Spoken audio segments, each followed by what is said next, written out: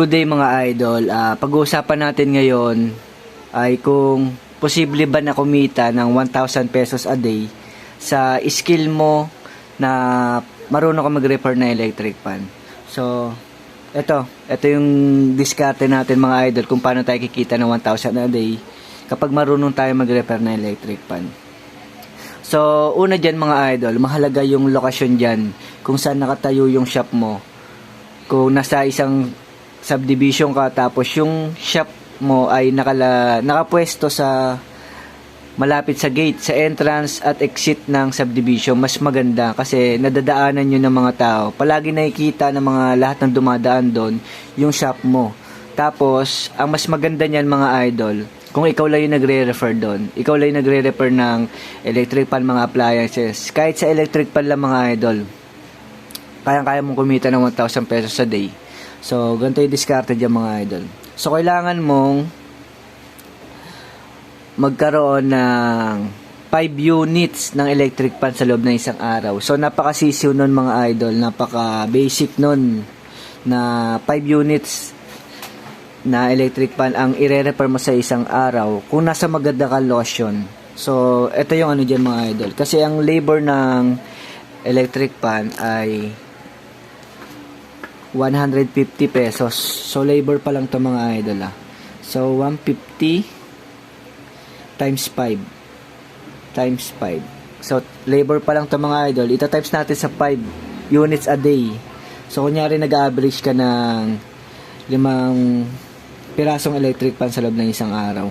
So, times natin. So, 0. Tapos, 25. Tapos, 70. So, meron kang 750 pesos sa loob ng isang araw. Labor pa lang to mga idol. So, labas yung mga pyesa dyan. Diba? So, eto, napakadali lang nito makuha yung 5 units of electric pan na i-repair mo sa isang araw. Kasi sa isang bahay, nagmi-minimum yan ng 2 pirasong electric pan, diba?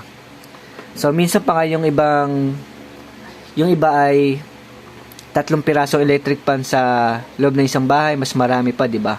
So, kung makukuha mo yon yung tiwala ng mga tao sa loob ng subdivision na sa'yo magpagawa. So, napaka-basic na itong netong 5 pirasong electric pan sa loob ng isang araw, di ba, mga idol?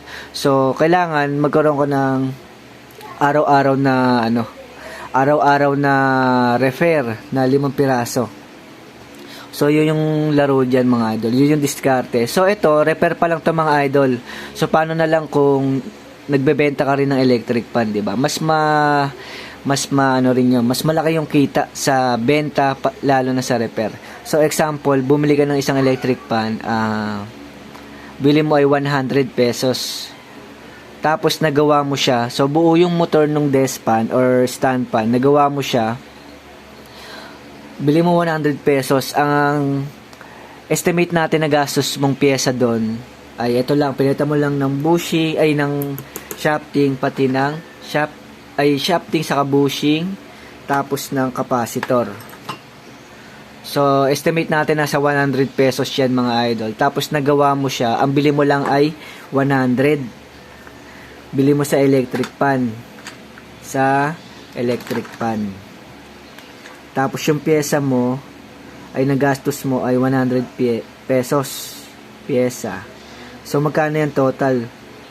200 pesos lang yan mga idol total. Tapos ibebenta mo siya ng pwedeng 500 pesos. 500 pesos. Pwede mo siya ibenta or pwede mo nga siya ibenta ng 700 to 750 di ba? So magkano yung tubo mo doon sa loob ng ng isang unit lang na electric pan. So, estimate lang natin to dito sa may 500. So, napakababa na ito mga idol. Kung stand pan yung nabili mo, tas nagawa mo siya, ang gastos mo lang ay 100 pesos. So, estimate natin nasa 700 benta mo. So, magkano yung tubo mo? Sa loob ng isang electric pan, di ba? 500 pesos. So, isang electric pan pala niya mga idol paano kung may repair ka pa, di ba? Repair. Tapos, kuwari, example, 2 yung pambenta mo na electric pan. So, napaka-sisiw nun mga idol. So, diskarte lang talaga dito. So, hindi pa natin nako-compute yung dito. Yung mga pyesa. So, compute natin mga idol So, example, may nagpa-repair sa'yo na desk fan or stand fan. So, ang sira niya ay bushing, shafting, bushing, capacitor, at yung oil pump. Ito yung mga madalas palitan. Madalas palitan sa isang electric fan at madalas nasira. So, example natin, ang labor, 150 labor. Tapos, itong bushing, 10 pesos ang isa. So, kailangan dalawa yung papalitan mo. So, 20 pesos. Tapos, itong oil pump, 15 pesos to mga idol. So, dalawa. So, 30 pesos. Tapos, itong shafting ay 35 pesos. Tapos, itong capacitor ay 35 pesos. So, total natin to mga idol. Kung magkano to? 10, 6, 8, 11, plus 6, 17. So, 270 mga idol. Tapos, so, kunyari, example, meron ka ng puhunan na pambili ng pyesa. So, makakabili ka ng mga murang pyesa or mabibili mo siya ng wholesale. So, itong shafting, kapag wholesale mo to binili ay 15 pesos. So, 15 pesos to mga idol. So, example natin ay 15 pesos to 15 pesos shafting, 15 pesos. So, paano ba to? Dito, shafting to, shafting. Ito ay shafting. So, kapag wholesale, 15. Tapos, dito naman sa oil pump, kapag wholesale nito ay 4 pesos. Yan, dito. Pump. 4 pesos. So, diba? Napakababa. So, dalawa pala to. So, bali, 8 pesos to. Tapos, dito sa bushing ay 2 pesos ang isa kapag wholesale na ito. So, malaki din yung tubo dito mga idol. So, 4 pesos kapag wholesale. Pero kapag retail mo yan bibilin, lalo na sa mga electronic shop, ito yung mga price niyan mga idol. Kapag sa electronic shop mo siya bibilin, na malapit dyan sa inyo. So, capacitor ay 35 pesos. So, kapag binili mo siya ng wholesale, ay mabibili mo siya ng 11 or 12 pesos. So, 11 pesos. So, kukumpute natin to mga idol kung magkano yung yung kikitain mo sa loob ng isang electric fan. Tapos, wholesale pa yung mga pyesa na na ginamit mo. So, kukumputin ko lang mga idol. Wait lang. So, ito mga idol, i-compute natin. So, dito nagtotal siya ng 270. 270 minus sa bushing, wholesale mo binili 4 pesos lang, 'di ba? So minus 40. Tapos sa pump 8 pesos. 8. Tapos sa shafting 15.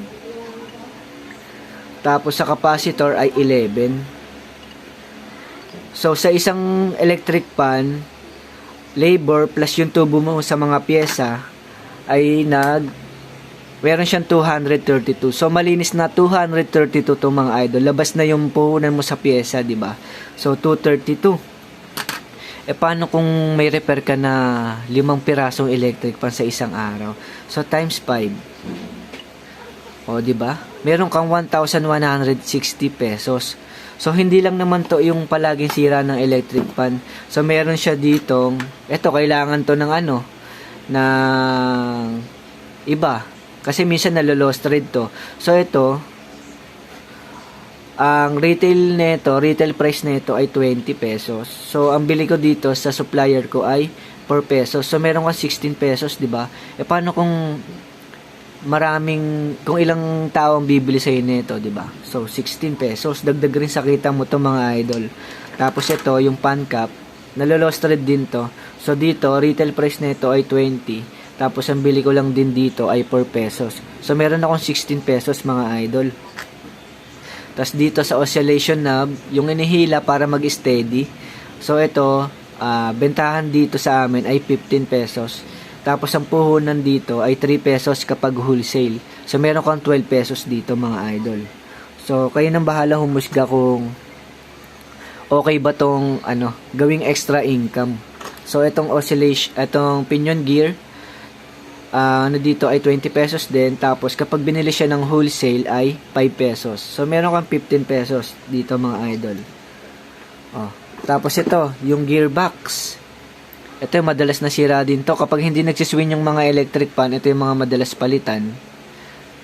So, ang retail price nito ay 100. Tapos, ang wholesale price nito ay 35. So, meron ka dyan 65 mga idol. So, kung ito lang yung sira ng electric pans, ang sabi ng customer mo ay hindi nagsiswing. So, ito muna yung i-check natin. Kasi, kapag hindi nagsiswing yung electric pan, ito yung madalas nasira nun. So, 100 ay 150. 150 yung labor, plus ito yung sira. So, 100.